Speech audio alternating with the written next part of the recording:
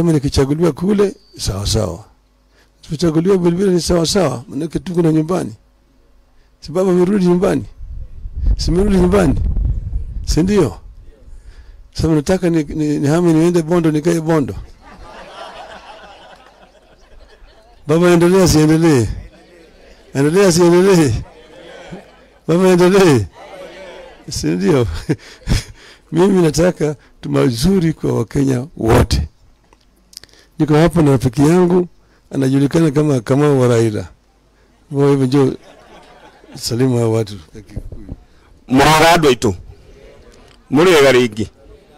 Jitagwo mweha wa Kamau. Na mwiko igaritwa niki? Utiritwa itagikuria mwana ni mwewe ule adeto. Mimi nataka kutoa rambirambi zangu kwa hii jamii. Nikiwa kijana mdogo sana tulifanya kazi na Dr. Munyo Oyaki na mama Wamboi Otieno. Na nataka kuwakumbusha historia moja. Kuna wakati mama Wamboi aliamua kwenda kusimama Rongai, kunaitwa Kajiado North. Huyu mzee akaniambia twende. Nikamwambia ni sawa. Tulipoenda huko tukakuta Saitoti ametuwekea vijana Masai wakatupiga, lakini Wamboi alisimama hakusimama. Tulifanya kazi mpaka Wamboi akaja tukatengeneza NDP pamoja na huyu mzee, na Wamboi akawa treasurer wetu. Na Wamboi are jaba. Na mudore watu hori etagwo Saitoti. Lakini baadaye tulipoenda NAK na huyu mzee, mzee alishika Saitoti mkono na akapewa minister. Hiyo ndio roho ya huyu mzee. Kwa hivyo sisi mkituona tunafuata huyu mzee tunamjua zaidi. Na wagwa mwara hale ya bere tuha. Ni moigwa.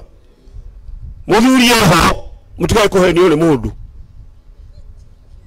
No makitari mto hale ni moigwa. Ni mojigwa.